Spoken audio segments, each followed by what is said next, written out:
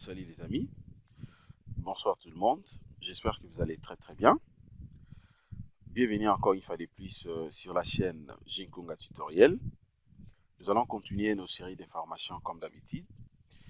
Alors ce soir, nous allons voir la 6e leçon de notre formation sur le pack complet. Ok, on avait commencé cette formation ensemble avec vous, du début déjà jusqu'à ce niveau. Alors aujourd'hui, nous allons achever donc la 6e leçon. Alors soyez attentifs. Premièrement, abonnez-vous massivement sur notre chaîne YouTube, likez nos vidéos, partagez ainsi que commentez. Alors ce que j'aimerais premièrement vous rappeler avant de débuter notre formation, j'aimerais rappeler à notre très chère communauté tout ce que nous sommes en train de mettre à votre disposition sur la chaîne YouTube. Nous les faisons d'une manière gratuite. Alors, c'est que moi, j'aimerais tout simplement vous demander, prière de partager nos contenus et abonnez-vous également massivement. N'oubliez pas de liker puisque c'est vraiment une aberration pour moi de voir que nous sommes une grande communauté. Mais des fois, je vois que 10 personnes sont en train de liker la vidéo et les autres ne veulent pas liker. Alors, montrez-moi votre amour ainsi que la fidélité. Likez au maximum en fait les contenus que nous postons. Abonnez-vous ainsi que partagez. Alors ce soir, nous allons travailler sur une niche très importante. Nous allons donc répondre à une question que j'ai reçue auprès de plusieurs personnes. Ok. Nous allons travailler donc sur le prédimensionnement des voiles en béton armé. Le prédimensionnement des voiles en béton armé. C'est très important. Ensemble avec vous, j'aimerais que vous puissiez comprendre. Est-ce que, en amont, c'est l'architecte qui est censé de définir déjà bien avant l'épaisseur des voiles, ainsi que la hauteur des voiles, ou bien cela est fait par l'ingénieur. Une fois que l'ingénieur reçoit le plan architectural, est-ce que l'architecte, la personne qui a conçu en fait le plan, cette personne est censée déjà en amont de définir l'épaisseur des voiles, sa hauteur, ainsi que d'autres éléments liés aux voiles, ou bien c'est l'ingénieur qui est censé de le faire. Donc, ensemble avec moi, nous allons répondre premièrement à cette question, et de deux, nous allons voir ensemble avec vous comment est-ce que vous serez à mesure de faire les prédimensionnements de voiles. Ok, quand je dis des voiles, donc je l'ai dit au pluriel, puisque je vais vous montrer les principes et les méthodes qui pourra vous aider de différencier d'abord les types de voiles. Alors, déjà pour répondre à cette question, j'aimerais vous dire tout simplement que en amont, c'est probable et possible que l'architecte déjà puisse définir l'épaisseur des voiles, tout comme la hauteur des voiles. C'est possible. Mais même si l'architecte n'a pas défini, ça ne sera pas empêché. C'est comme vous le savez, c'est un métier complémentaire. Donc, c'est-à-dire que nous travaillons toujours ensemble avec les architectes. L'ingénieur, maintenant, est obligé également de prédimensionner, afin d'apporter en plus par rapport au plan que l'architecte avait déjà conçu ou voire même tracé. Et donc, c'est pour dire que si par contre que vous voulez dimensionner un bâtiment, en amont, l'architecte vous a donné même une petite légende à côté avec tous les éléments nécessaires, c'est-à-dire l'épaisseur des voiles, la hauteur des voiles, ainsi que d'autres éléments. Ça peut être aussi, par exemple, la largeur, ok, des voiles, surtout si c'est un voile qui sera tout simplement placé au niveau, par exemple, d'une cage d'ascenseur. Donc, l'architecte peut déjà définir ça. Mais par contre, si cela n'est pas défini, eh bien, l'ingénieur aussi ne peut pas se déranger. L'ingénieur peut tout simplement prédimensionner et puis insérer ça dans le projet.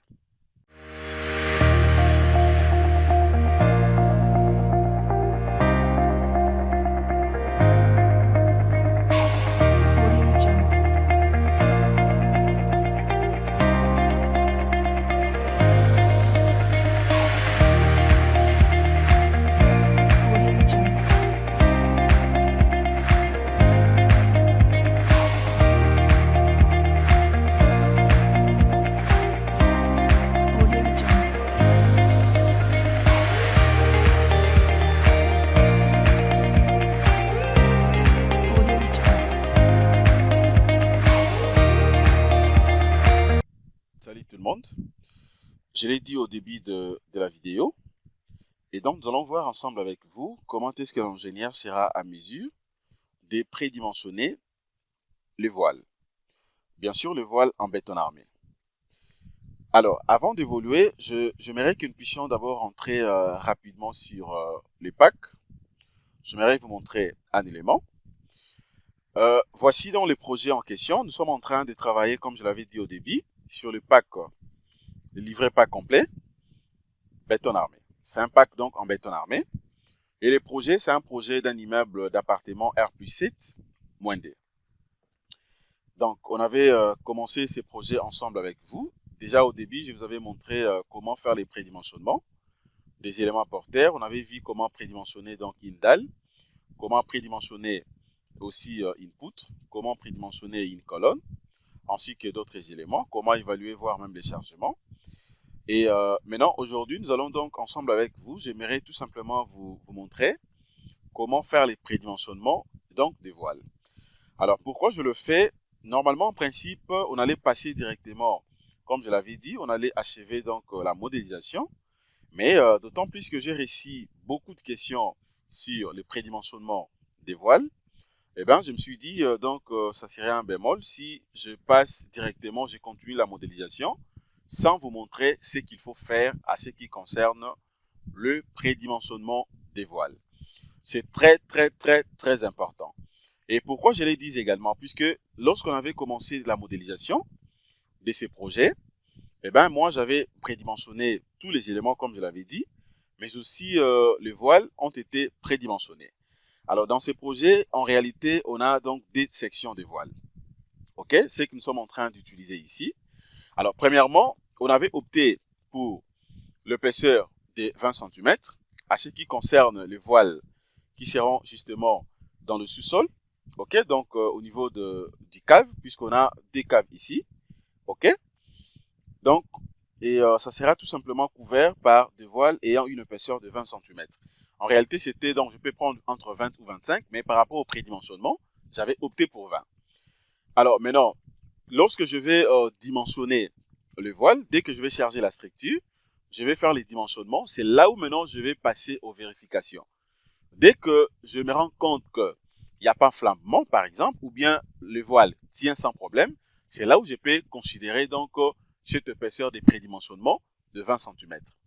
Mais à ce qui concerne maintenant cette case d'ascenseur, j'ai utilisé des voiles de 15 cm d'épaisseur. Et donc, comme je l'ai dit, vous allez comprendre ici, j'ai utilisé donc deux types de sections pour les voiles. Le voile ayant une épaisseur de 20 cm ainsi que des voiles ayant une épaisseur de 15 cm. Tout est fonction des prédimensionnements que j'avais fait dorénavant.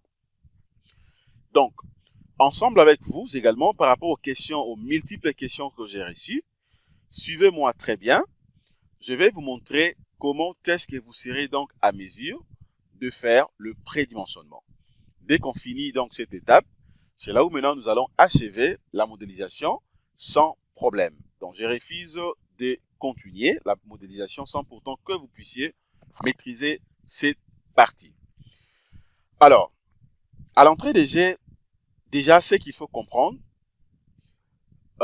il faut comprendre d'abord la réalité, comment ça se passe.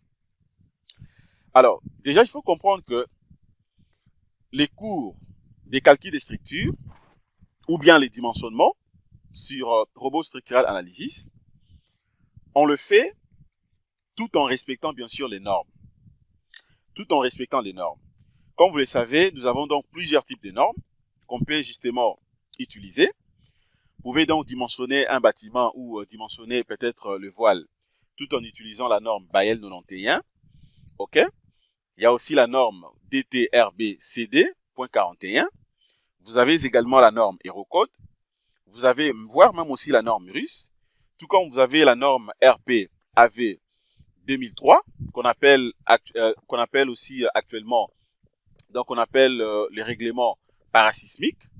OK? Donc c'est une norme qui consiste beaucoup plus les règlements parasismiques. OK? Donc il y a plusieurs normes qu'on peut utiliser pour faire les dimensionnements. Alors, Comment est-ce que vous serez maintenant à mesure de prédimensionner premièrement le voile? La première des choses, il faut comprendre d'abord ce qu'on appelle en réalité un voile. C'est quoi d'abord un voile en béton armé? Comprenez que en réalité, on appelle voile, bien sûr voile de béton, ok? Communément, d'une manière un peu globale, donc c'est un paroi, ok, vertical en béton armé. Ça peut être soit boncé ou tout comme ça peut être aussi préfabriqué, c'est-à-dire ça peut être réalisé sur place, tout comme préfabriqué. Il faut comprendre ça d'abord comme ça. Mais maintenant, qu'est-ce qu'un voile dans le bâtiment? Ok, ça c'est d'une manière globale. Mais il faut comprendre d'abord qu'est-ce qu'un voile en réalité dans le bâtiment. Comprenez que le voile, autrement aussi appelé mire de contreventement, sont donc définis tout simplement comme des éléments verticaux, ok, tels que représentés ici, des éléments verticaux à des dimensions, dont donc la raideur, ok, la raideur communément, ce qu'on dit la raideur hors plan, est négligeable. Ce sont des définitions un peu simples et faciles à comprendre. Négligeable, c'est-à-dire quoi? C'est par rapport à sa dimension. Vous avez donc l'épaisseur, mais aussi vous avez donc la hauteur, ok, voire même aussi sa largeur. Donc vous avez la partie épaisseur n'est pas du tout vraiment, donc je dirais que son épaisseur ne dépasse pas généralement dans la hauteur des voiles. Raison pour laquelle on dit que c'est une épaisseur à peu près dans une dimension négligeable dans le sens où c'est minimal. Dans le sens où c'est minimal. Maintenant, il faut comprendre également que quand on dit dans la raideur hors plan est négligeable, ça dit dans l'air plan. Ok? Comprenez qu'ils permettent généralement une grande résistance et aussi une grande rigidité vis-à-vis des forces horizontales. Vis-à-vis des forces horizontales. Contrairement par rapport à ce qu'on appelle une poutre voile. À ne pas confondre. D'abord, il y a une différence entre une poutre voile et un mire voile, mais aussi et un voile. Alors, si vous voulez par exemple comprendre ça très bien, la différence entre les deux, c'est-à-dire entre le voile, ok, le voile dans le bâtiment ou le voile en béton armé et une poutre voile, comprenez seulement que la poutre voile en réalité est une poutre droite, ok, des sections bien sûr constantes. La hauteur, comprenez que donc, déjà c'est comme ça, il faut comprendre ça. Donc la poutre voile est une poutre droite des sections constantes. Mais comprenez que la hauteur de cette section est donc au moins égale à la moitié de la portée. À la moitié de la portée. Autrement dit également poutre voile, donc on appelle ça comme ça, la poutre voile, est donc l'un des éléments des parois fléchies. C'est l'un des éléments des parois fléchies. Alors, pour essayer un peu de comprendre ça très très bien, si vous voulez vraiment maîtriser beaucoup plus d'autres définitions, et puis le mode d'emploi et tout ce qui va avec, achetez les packs complets, tout est bien détaillé, vous ne serez jamais déçus. Alors, nous allons passer directement au vif du sujet. Comment maintenant vous serez donc à mesure de prédimensionner donc un voile? Je vais faire un schéma ici. Je vais dessiner rapidement un voile. Voilà, donc je vais dessiner un voile. Attendez, ça je peux d'abord enlever. Je vais dessiner un voile pour vous montrer ça très clairement. Voilà, je dessine rapidement un voile.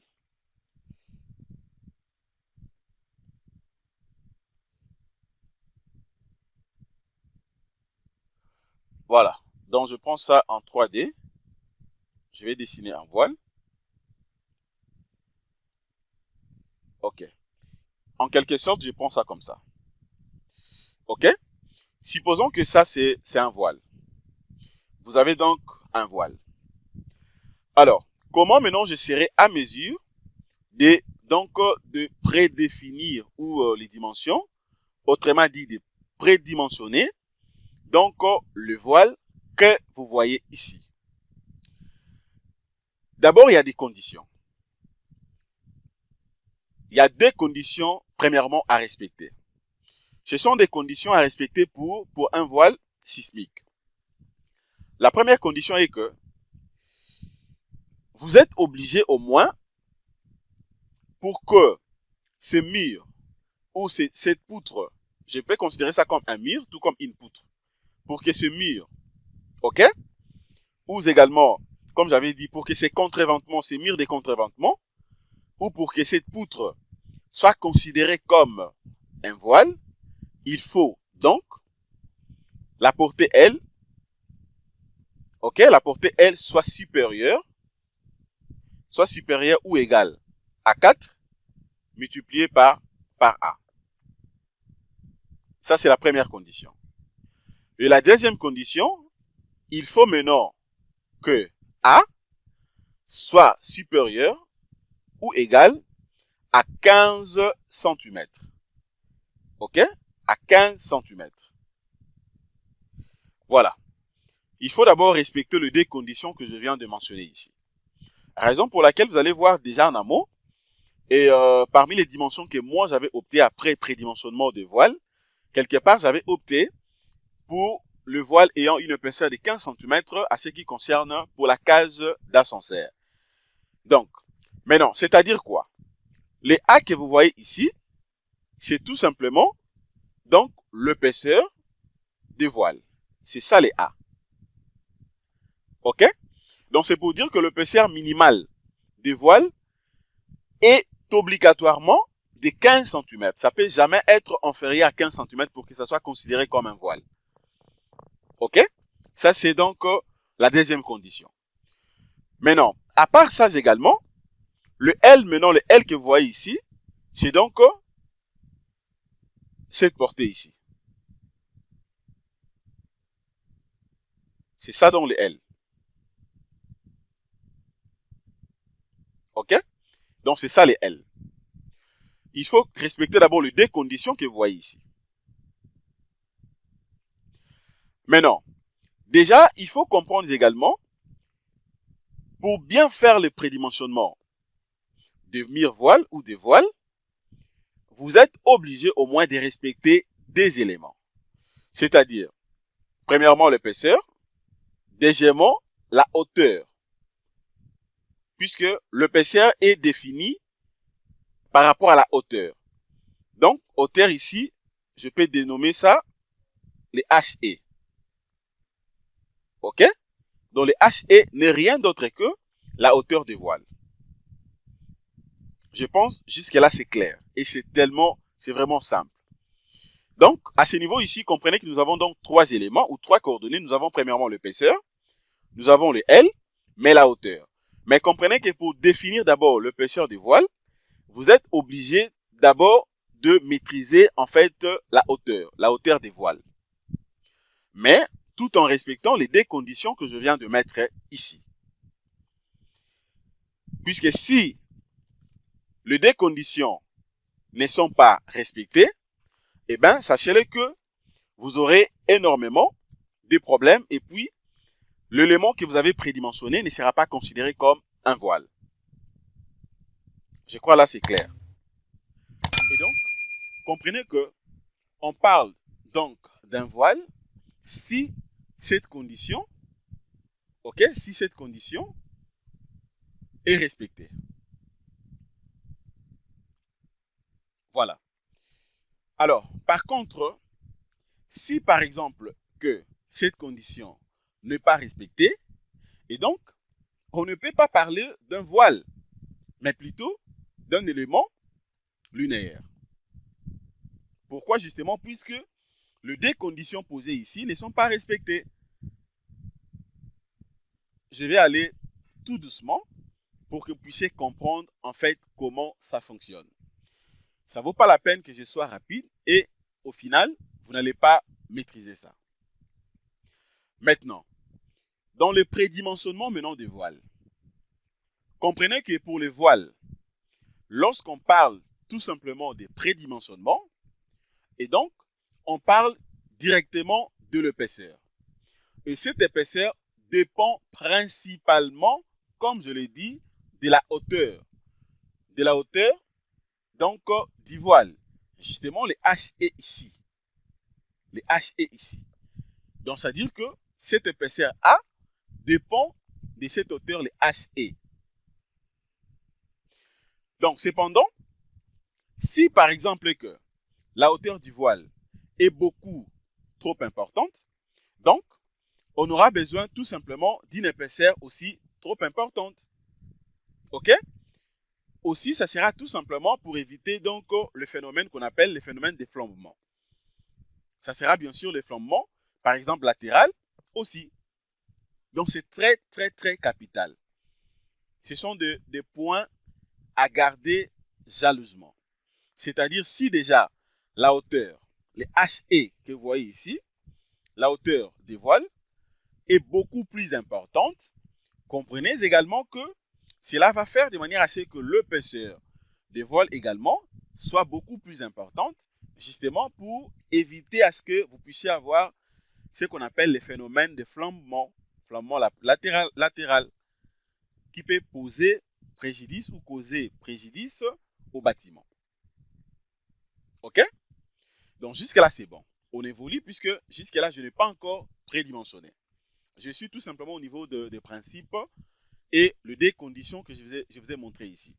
Déjà, cette épaisseur de 15, si je rentre rapidement ici sur les projets, vous allez voir que c'est l'épaisseur que j'avais utilisée ici. Vous voyez? Donc, c'est le 15. OK? Donc, je vais maintenant rentrer ici rapidement. Alors, comprenez aussi que l'épaisseur d'un voile, en réalité, est fixée selon deux facteurs très, très importants. Je réponds. Le premier point, je vous ai dit que si la hauteur du voile est beaucoup plus importante, donc cela nous pousse également à faire de manière à ce que l'épaisseur, OK, du voile soit aussi beaucoup plus importante, justement pour éviter le phénomène de flambement latéral. Alors, comprenez également que si maintenant par contre que l'épaisseur du voile est donc fixée, déjà tout sera bien aussi dans le dimensionnement. Et donc, étant donné que, comme je l'ai dit, l'épaisseur du voile est fixée selon deux facteurs très, très, très, très importants. Alors, premier facteur. Premier facteur, comprenez que la hauteur HE, OK, la hauteur HE, c'est communément appelé également hauteur libre. Donc, hauteur HE, c'est donc, je peux mettre ça HL, c'est-à-dire hauteur libre. OK? C'est-à-dire que la hauteur, ça représente tout simplement, c'est-à-dire que c'est la hauteur de l'étage moins l'épaisseur de la dalle. OK? Ou du plancher. Ou bien le petit retombé de la poutre qui est donc justement en contact direct avec les voiles. C'est-à-dire quoi? Comment est-ce que vous serez à mesure de déterminer facilement cette hauteur, les HE? Les HE, en réalité, c'est tout simplement la hauteur sous plancher. OK? Au terme clair, c'est la hauteur sous plancher. Si par contre que la hauteur sous plancher chez moi, comme je peux vérifier ici, dans notre projet ici, si par exemple au niveau du cave ici, la hauteur sous plancher ici est de combien? J'ai une hauteur sous plancher de 3 mètres. OK? De 3 mètres. Alors, comment maintenant je serai à mesure de définir ou de déterminer donc la hauteur HE? La hauteur HE maintenant sera fonction de quoi? C'est juste question de prendre maintenant le HE ici. OK? Cette hauteur, vous prenez ça, justement, moins, OK? Moins l'épaisseur de la dalle. Mais comprenez déjà que quand on parle de la hauteur sous plancher, OK? C'est-à-dire que c'est la hauteur sous plancher, c'est-à-dire au niveau du seuil jusqu'au bas, donc au bas de la dalle, donc en dessous de la dalle.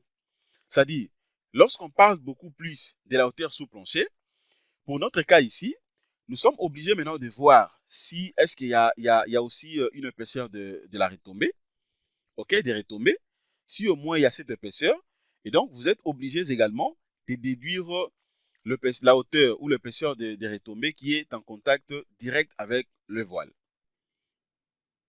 Ok? Donc c'est très très simple. Ça c'est la première condition. Premier facteur, donc c'est ça. Maintenant, facteur numéro 2. Facteur numéro 2, vous avez également ce qu'on appelle la rigidité. La rigidité, bon, je peux abréger par la lettre R tout simplement. Comprenez que c'est la rigidité. Ce qu'on appelle donc la rigidité, ok, au niveau des extrémités. La rigidité au niveau des extrémités. Les extrémités, bien sûr, du voile. Puisque, comme vous le savez, il y a plusieurs types de voiles qu'on peut avoir. Il y a plusieurs types de voiles. Je peux même vous montrer ça ici. OK? Regardez, par exemple, ici. Dans ce projet, ici, par exemple, au niveau de cette cage d'ascenseur, je vois très bien ici que j'ai donc un voile qui n'est pas appuyé par la rigidité de part et d'autre. C'est-à-dire qu'il n'y a pas présence d'une colonne à gauche, tout comme à droite, ni au milieu. OK? Mais tandis que maintenant, si je viens ici, au niveau de mes caves ici, OK? Comprenez que d'autant plus que j'ai déjà des colonnes, une colonne à gauche, tout comme à droite, c'est pour dire que le voile que j'aurai ici, ça sera donc un voile ayant donc une rigidité totale à gauche, tout comme à droite. OK? Je m'explique. Je vais rentrer d'abord ici, rapidement, pour vous montrer si ça signifie quoi en réalité. Alors, déjà, ce qui concerne la rigidité, au niveau donc des extrémités, comprenez que, par exemple, je peux prendre les premiers cas. Je prends quelques cas ici. Premier exemple. Là, je suis au niveau de la rigidité. Premier exemple. Je prends les cas donc où un voile, le voile donc est appuyé par des poteaux aux extrémités. OK? Premier exemple. Donc, c'est le cas numéro 1. Premier exemple, cas numéro 1. Ce qu'on appelle, cas numéro 1, ce qu'on appelle donc voile avec rigidité les deux côtés. OK, donc comprenez que j'écris ça voile. Bon, je peux tout simplement abréger, hein, je peux abréger. Donc V, voile avec rigidité des deux côtés.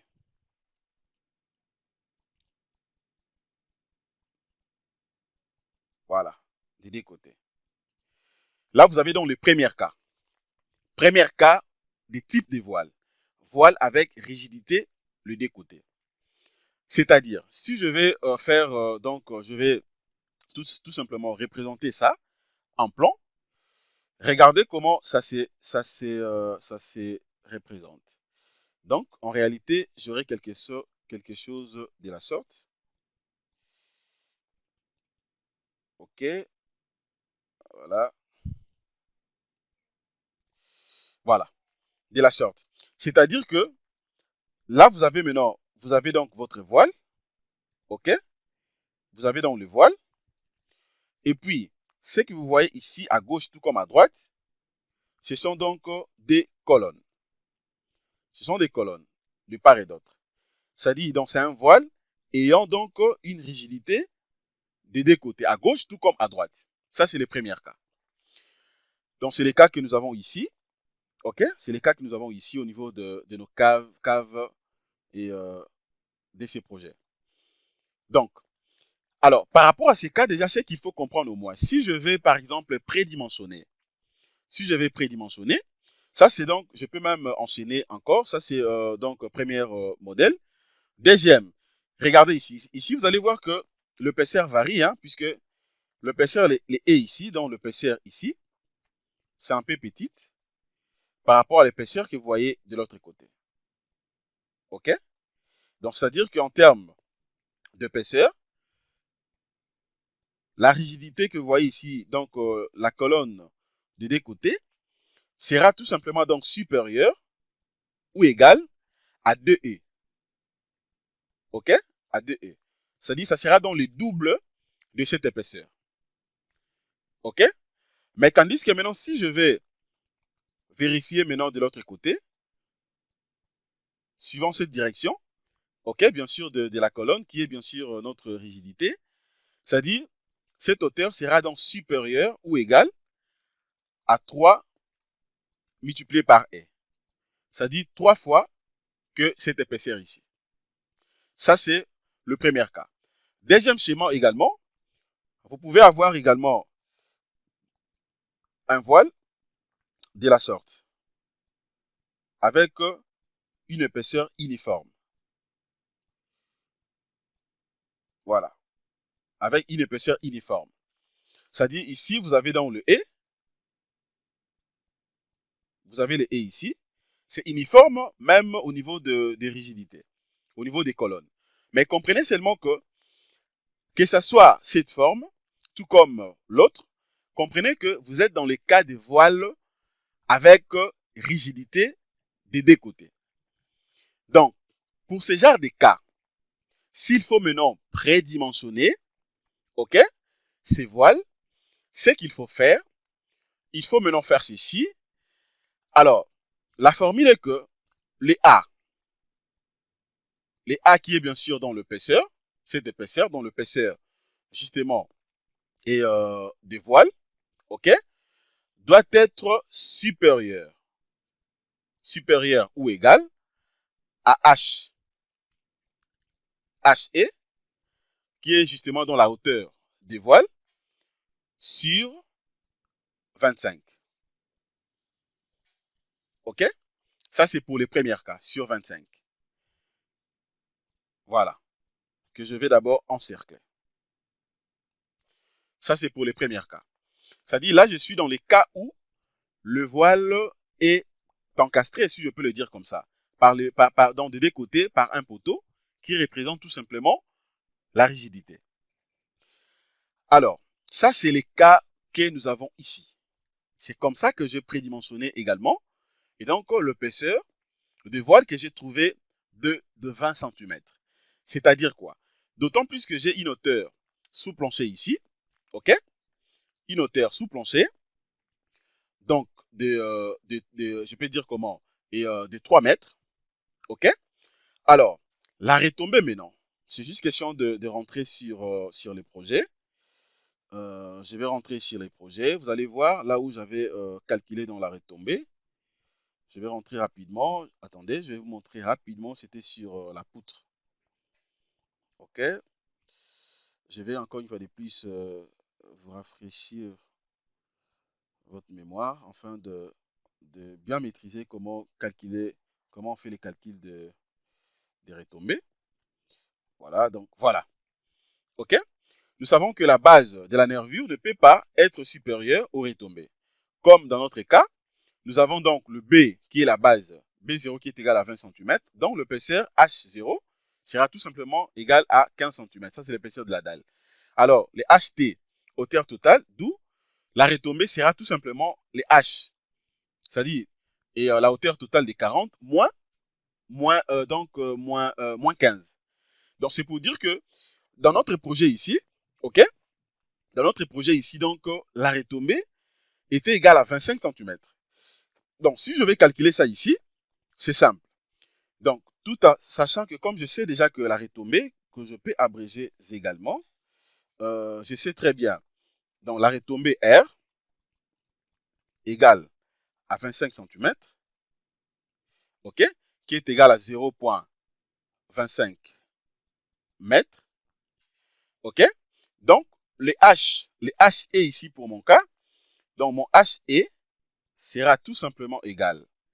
Donc, j'aurai les 3 mètres moins 0,25. 0,25 cm. Donc, c'est-à-dire que je vais calculer ensemble avec vous. Vous allez voir que c'est très très simple.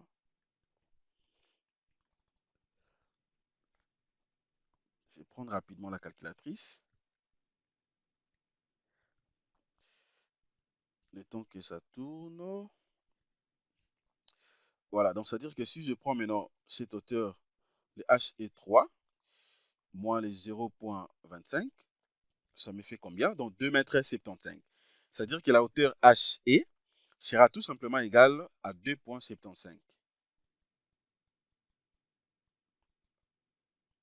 2,75 mètres. Alors, si je vais maintenant remplacer ça directement par cette formule, cela revient à dire quoi ici? Donc, j'aurai tout simplement, et donc j'aurai 2,75 que je vais maintenant diviser donc par 25. OK? Je vais diviser par 25. OK? Je vais diviser par 25. Et ça me donne ça. OK? Je vais diviser par 25, donc ça me donne justement 0,11. Donc en réalité, ça fait 11 cm. L'épaisseur de 11 cm. Alors directement, je suis obligé maintenant de venir ici. Je suis obligé maintenant de rentrer rapidement ici dans les deux conditions que je vous avais montrées. C'est-à-dire l'épaisseur de voile doit être supérieure ou égale à 15 cm. Mais tandis que dans notre cas, on a trouvé 11 cm. C'est ce qui est donc la vraie épaisseur. Alors, d'autant plus que comme ça doit être supérieur ou égal à 15 cm, donc je peux prendre 15 cm. Alors, comme je suis dans le sous-sol, je sais très bien qu'il y aura donc présence des poussées. Alors, j'ai anticipé, au lieu de prendre 15 cm, j'ai pris 20 cm. Je crois que là, c'est clair. J'ai pris 20 cm dans le sous-sol. Alors, une fois que je vais charger maintenant le bâtiment, pendant justement le dimensionnement, je vais vérifier si réellement ça tient. Mais je sais que ça va tenir. Ça va tenir. D'autant plus que je suis obligé de veiller aussi à l'économie. Alors, je pourrais voir, je pourrais vérifier maintenant les ratios après justement le dimensionnement. Ça, c'est donc le premier cas. Je crois que là, c'est clair. Vous avez compris comment est-ce que j'avais fait pour prédimensionner donc le voile déjà dans les sous-sols. Et donc, retenez que si vous avez par exemple une hauteur de la dalle, ok, vous avez une hauteur et sous plancher de 3 mètres, c'est le principe est simple. La première des choses, vous enlevez d'abord justement dans la petite hauteur de la retombée, du poutre bien sûr, ok. Et si par exemple que dans cette hauteur, la partie de la dalle n'est pas donc insérée également, et donc vous pouvez soit l'enlever. Mais pour notre cas ici, la hauteur sous plancher, ça va donc au niveau du seuil jusqu'en bas de la dalle, donc du plancher. Ça fait 3 mètres. Donc on a pris que l'épaisseur, ok, de la retombée. Donc c'est tout. Maintenant, là c'était justement le premier cas. Nous allons voir maintenant rapidement le deuxième cas. Alors, pour le deuxième cas, maintenant, ce que je suis obligé de faire, c'est quoi?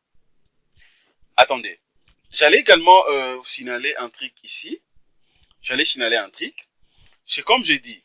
C'est-à-dire, si par contre que pendant les calculs ou le prédimensionnement, vous trouvez donc une épaisseur inférieure à 15, référez-vous toujours aux conditions que je mets ici. OK? Les A doit être supérieur ou égal à 15. À ce niveau, maintenant, c'est l'intellect de l'ingénieur également qui doit donc faire. Voilà. Alors, les cas numéro 2. Je prends maintenant l'exemple numéro 2. Je peux mettre ça ici. Je prends exemple numéro 2. Exemple numéro 2. Là, maintenant, vous avez donc cas numéro 2.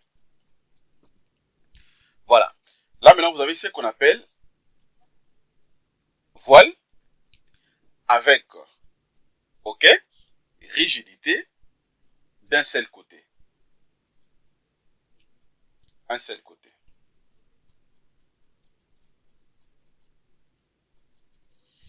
Voilà. Ici, c'était rigidité avec, donc voile avec rigidité des deux côtés. Ici, voile avec rigidité, un seul côté. En termes de représentation, vous aurez quelque chose de la sorte. Là, donc, j'ai justement les voiles, ok? Sa rigidité, c'est-à-dire la colonne peut se retrouver soit au milieu, ça dépend. Tout comme un autre cas, la colonne peut se retrouver à gauche, comme ça, ok? Ou bien, ça peut se retrouver aussi toujours à gauche, mais ayant cette forme. Donc la rigidité est beaucoup plus grande que de l'autre côté. Alors, par rapport à cette condition, c'est-à-dire, retenez que donc la rigidité ici, la colonne, doit être supérieure ou égale à DE. Doit être supérieure ou égale à DE. Donc le E, c'est justement l'épaisseur de voile ici. OK? Et puis maintenant, vous aurez également cette hauteur qui sera tout simplement supérieure ou égale à 3E. OK? Tout comme de l'autre côté également. Là, ça peut être uniforme. De l'autre côté aussi, supérieur ou égal à DE. Et déjà, vous avez donc cette épaisseur de voile. Alors, par rapport à cette condition, vous les remarquez très bien, c'est-à-dire que là, vous êtes en face. OK? Vous êtes en face d'un voile ayant la rigidité d'un seul côté. Alors, pour ce genre de cas maintenant, s'il faut prédimensionner, la formule est simple. Vous allez donc tout simplement faire ceci. Retenez que le A, c'est-à-dire l'épaisseur de voile, doit être supérieur ou égal à HE, qui est donc la hauteur des voiles, ok, sur la hauteur des voiles. Cette fois-ci, maintenant, ça sera sur 22. Ça sera sur 22. Et déjà, à ce niveau, vous allez comprendre qu'au fur et à mesure, les dénominateurs est moindre, c'est-à-dire que la section du voile, dont l'épaisseur du voile sera beaucoup plus importante. Ok? Donc, c'est ça. Alors, dans notre cas, maintenant, nous allons vérifier ici ensemble avec vous. Est-ce que nous avons des cas où, des zones où le voile est appuyé? Ok? Le voile est appuyé tout simplement à un seul côté. Regardez, c'est très simple. C'est par exemple ici. C'est par exemple ici. Regardez, donc vous avez le voile est là. Vous avez donc le voile. Et puis de l'autre côté, vous avez donc la rigidité qui est dans la colonne, appuyée seulement d'un seul côté à gauche. La hauteur sous plancher ne varie pas. La hauteur sous plancher ne varie pas ici, donc j'ai la même hauteur sous plancher. Mais j'aimerais vous signaler également un truc. J'aimerais vous signaler un truc. Vous allez comprendre en réalité chez moi, c'est qu'est-ce que j'avais fait dans le prédimensionnement. C'est ça en fait le principe. Si vous avez un bâtiment R plus 10, comme dans notre cas ici, nous avons un bâtiment R plus 7 moins D, c'est-à-dire, je suis obligé de prédimensionner l'élément dans les cas les plus défavorables. C'est comme dans les dimensionnements. L'ingénieur dimensionne toujours dans les cas les plus défavorables. Donc, ce que j'avais fait en réalité, je n'avais pas considéré cette hauteur, la hauteur sous plancher ici de 3 mètres. Pourquoi? Puisque la hauteur sous plancher dans ce projet varie. Vous avez là, j'ai une hauteur de 3 mètres au niveau du cave. Ça également, ça fait 3 mètres. Mais ici, au niveau du rez-de-chaussée, j'ai une hauteur de 4 mètres. Attendez, je peux vous montrer ça encore une fois de plus. Ok, j'allais même oublier, je suis obligé de mentionner ça pour que tout soit clair. Je veux vraiment que vous puissiez maîtriser ça très très bien. Regardez ici, la hauteur sous plancher rez-de-chaussée, ça fait 4 mètres. Donc en réalité, c'est que moi j'avais fait ici, ok, raison pour laquelle j'avais pris même cette épaisseur-là de 20, dans le sous-sol, ok, dans le sous-sol, puisque j'ai uniformisé en fait. On prend toujours la plus grande hauteur, puisque l'ingénieur calcule toujours dans les cas les plus défavorables. C'est-à-dire, si je prends le HE, je remplace ça, par exemple, ici, je considère la hauteur des 4, c'est-à-dire, en réalité, ici, j'aurai quoi ici? Attendez, je vais supprimer ça pour que ça soit bien visible. Voilà, je peux prendre ça. Ok. Donc, en réalité, ici, j'aurai quoi? Voilà. En réalité, ici, j'aurai quoi? Donc, j'aurai 4 moins 0,25. 4 moins 0,25. Je vais remplacer ici, donc j'aurai 4 moins 0,25. Ça me fait combien? Ça fait 3,75. Vous voyez? Donc déjà ici, ça fait 3,75. Ça fait 3,75 mètres. OK? Alors je prends maintenant les 3,75 mètres ici. Je prends les 3,75 mètres ici, que je vais diviser directement par les dénominateurs ici. Le 25. Je divise ça maintenant par 25. Voilà, ça me donne une épaisseur de 15 cm. Une épaisseur de 15, donc net. Alors pour être beaucoup plus prudent, alors j'ai majoré, j'ai pris donc l'épaisseur de 20 cm là dans le sous-sol. Donc c'est-à-dire qu'à ce niveau ici, si je vais calculer par cette formule, c'est-à-dire que j'aurai la même valeur ici. Si je prends cette hauteur, la hauteur sous plancher comme j'ai montré là de 4, ok, c'est-à-dire que j'aurai maintenant cette fois-ci 3 points.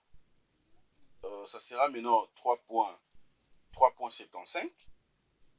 3,75 que je vais diviser 3,75 que je vais diviser par 22. Je vais diviser par 22, ça me fait 0,17. OK? Ça me fait 0,17. 0,17. Tandis que si maintenant je prends les 3 ici, ça dit j'aurai 2,75. Je vais diviser ça par 22. Cette fois-ci, ça me fait donc 12,5 que je peux arrondir directement pour avoir les 15.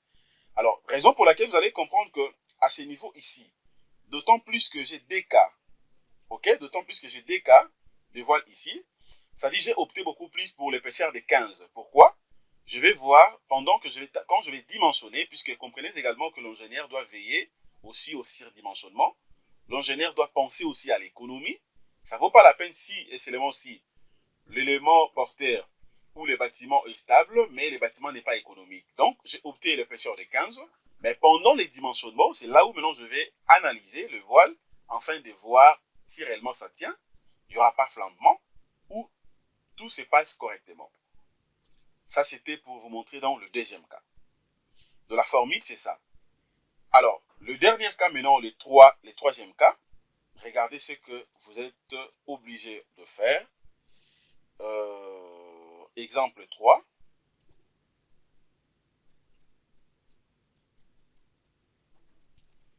Exemple 3 ou cas numéro 3. OK? Cas numéro 3 maintenant, vous avez donc le voile libre, communément appelé également voile isolé. Voile libre ou voile isolé, sans raidisseur. OK? Autrement aussi, on appelle ça aussi de voile porteur. Puisque là, ça va donc jouer le rôle d'un voile porteur, comme un élément porteur.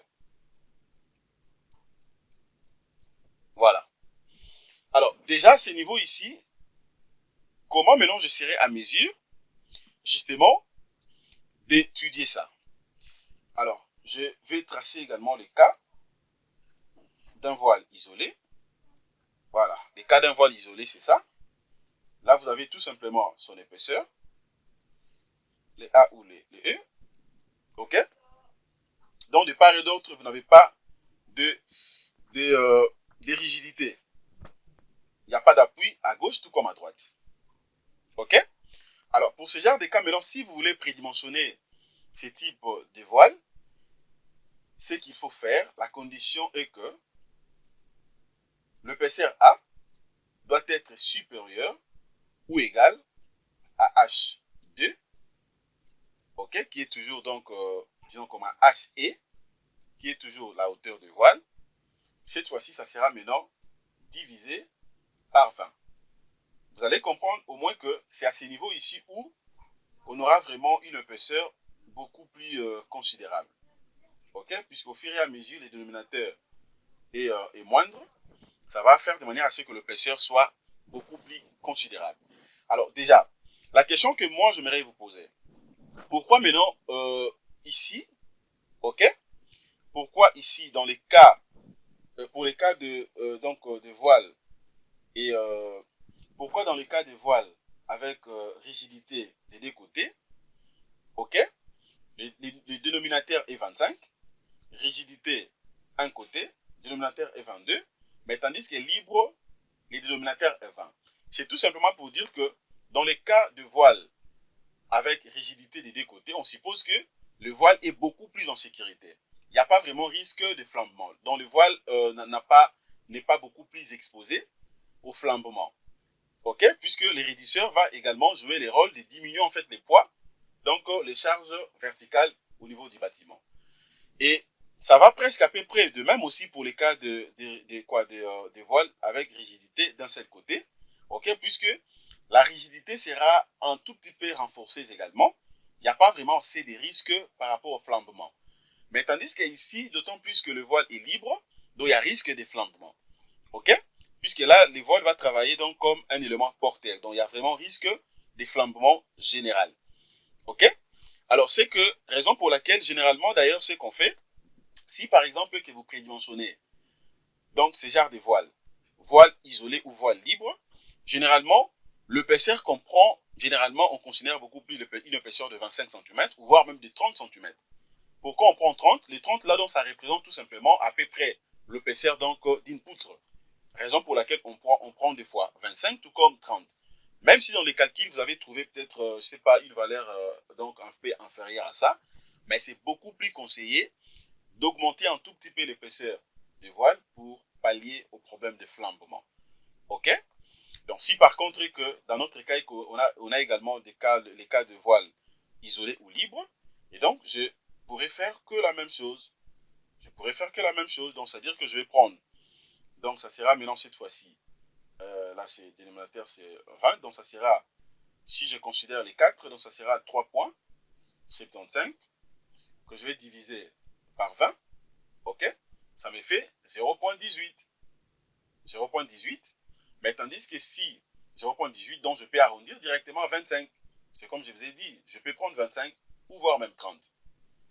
Ok? Mais tandis que si maintenant je considère les 3, donc c'est-à-dire que j'aurai 2,75, 2,75 que je vais diviser par 20. Et là, ça me fait 0,13. Vous voyez? Donc, raison pour laquelle je vous ai dit, il faut beaucoup plus considérer donc la plus grande hauteur sous plancher, donc 4 pour bien prédimensionner. Donc, voilà en fait ce que je voulais vous montrer à ce qui concerne le prédimensionnement, donc de voiles. Ok? Donc, c'est comme ça que je fais pour obtenir les épaisseurs de voiles que vous voyez ici, justement au niveau du prédimensionnement. Mais retenez également que il y a un point que je mairie également souligner. Retenez que la rigidité peut être représentée, comme je l'avais dit, par la présence d'un poteau, mais aussi soit d'un autre voile. Ok? D'un poteau, tout comme d'un autre voile. Bien sûr, pour un voile sismique, comme je l'avais dit, il faut respecter donc les deux conditions ici, les L supérieurs ou égal à 4A. Ok? Les A qui est tout simplement l'épaisseur, mais aussi les A doivent être supérieurs ou égal à 15 cm. Donc il faudrait que les deux conditions soient donc bien respectées. Donc bref, pour bien prédimensionner donc le voile, si par exemple que vous travaillez sur un projet, ok, un bâtiment R+12, R+10 ou je sais pas, donc ça dépend de vous, gratte-ciel ou R+7 comme le cas que nous avons ici, c'est-à-dire que la hauteur sous plancher que vous allez considérer doit être la hauteur beaucoup plus, la hauteur beaucoup plus importante. C'est-à-dire si par contre au niveau du rez-de-chaussée, vous avez une hauteur sous plancher de 3 3 mètres 40 par exemple, du premier étage jusqu'au 10e étage, vous avez une hauteur de 3 mètres 06 ou bien de 3 mètres. C'est-à-dire que la hauteur que vous êtes obligé de considérer, ça sera donc les 3 mètres 40. Les 3 mètres 40, puisque le 3 mètres 40 est supérieur à 3 mètres. C'est ce qu'il faut considérer.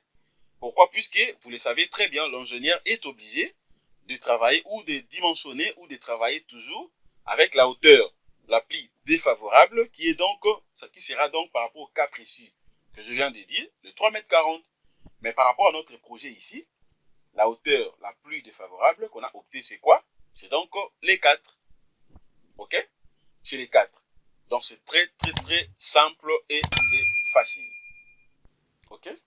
Mais pendant donc le prédimensionnement aussi, alors ça dépend aussi de la complexité du projet. Si vous vous prédimensionnez pour un bâtiment et un grand bâtiment de R+20 gratte-ciel ou R+15, vraiment un grand bâtiment R+10, ok?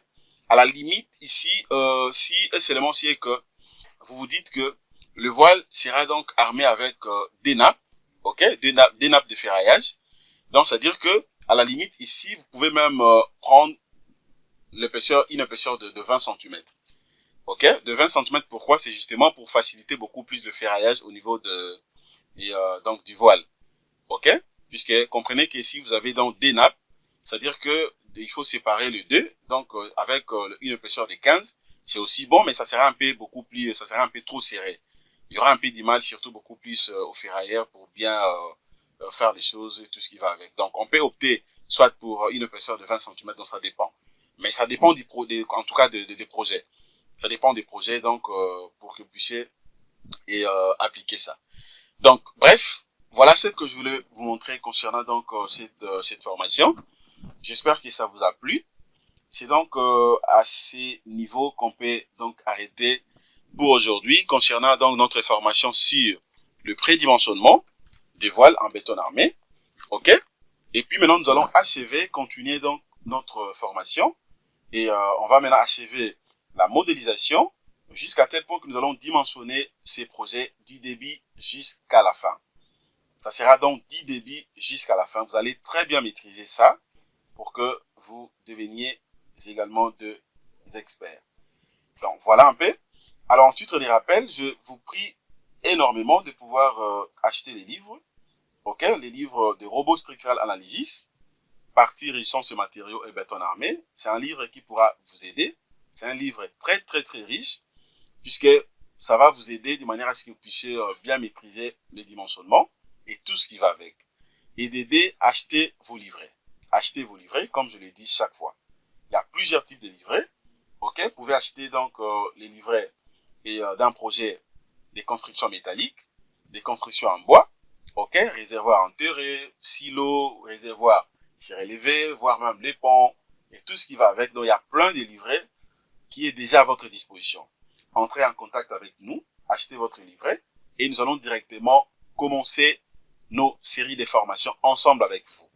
Et vous ne serez jamais déçus. Voilà ce que je voulais vous partager ce soir. Merci de votre disponibilité. Passez une excellente soirée. Au revoir.